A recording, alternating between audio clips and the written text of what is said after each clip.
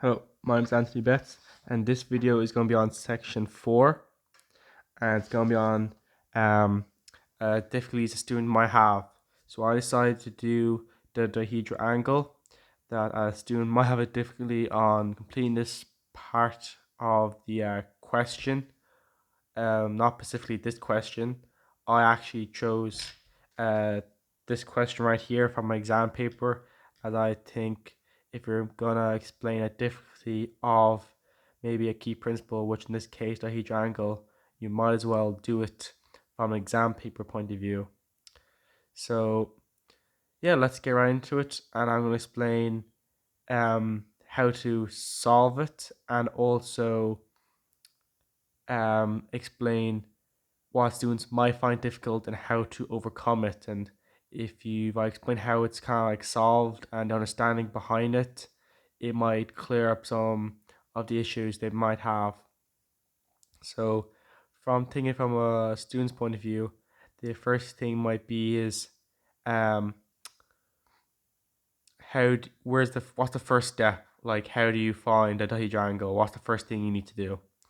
And the very first thing you need to do is find, well, the first of all, to actually understand what it is. I already went through it in a previous section, but I'll go over it very, very briefly in this section as I went through it in a longer version in another video. In section 3. Actually, no, it was in, what section was it actually? Let me just look at a chance. Yeah, section 3. I went through it in section 3, the longer version, but I'll do a brief version now. So, the dihedral angle is the angle between two planes where they intersect, and it's you make sure that the here, sorry, I'm gonna reset. So the angle between two planes where they intersect is the dihedral angle, which I just said, and the dihedral angle is the smallest angle that can be measured between the two planes where they intersect, obviously.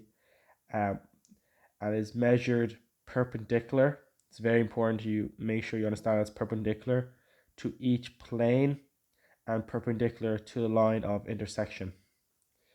Um, so it most happens in roofs, and obviously that's because I'm doing roof geometry.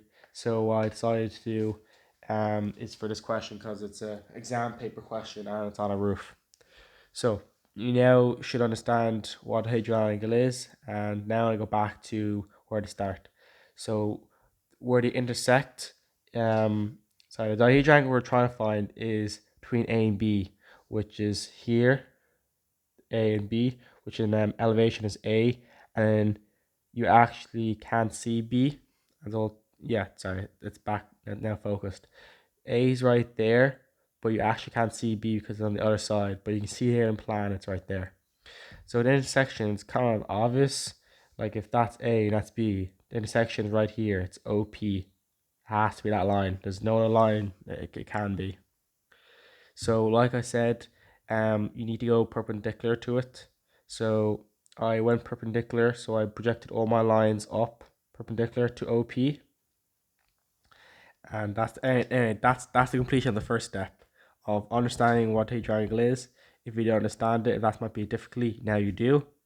And difficulty to student might be how to actually set it up, and you go perpendicular to the intersection, and that's that difficulty that student might have now cleared. So that's two things. That's two difficulties: understanding and how to start. Hopefully now, since I talked through it, you're now cleared on those two difficulties. Now, what the other difficulties might be?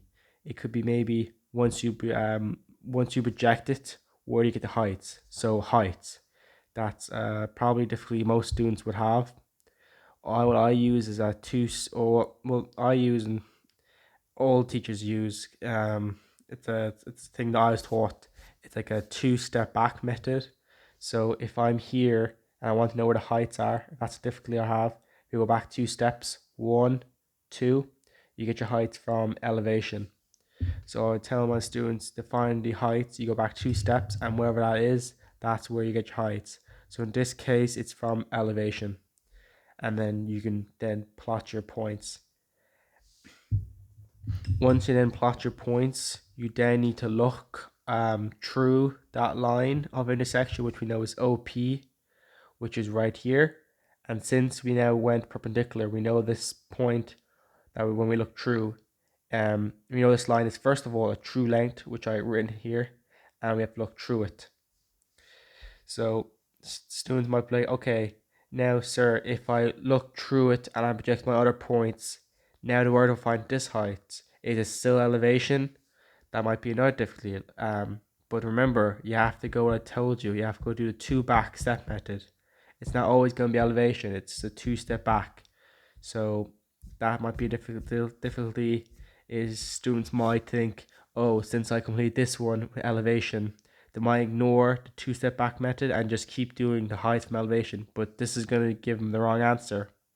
They have to understand that you have to do you have to go back 2 steps, and in this question, if you go back, it's 1, 2. The heights are actually in plan.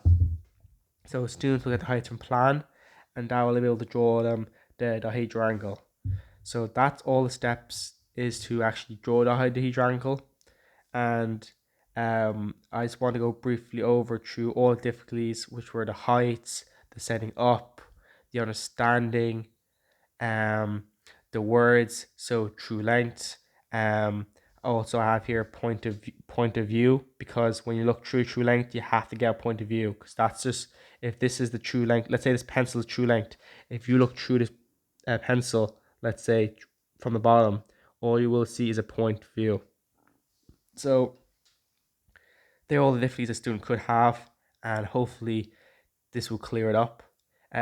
Obviously, there's other sections in my portfolio that explain dihedral, like I said, in section 3, which is before this, as this is a video for section 4. And I hope you enjoy, and thanks very much.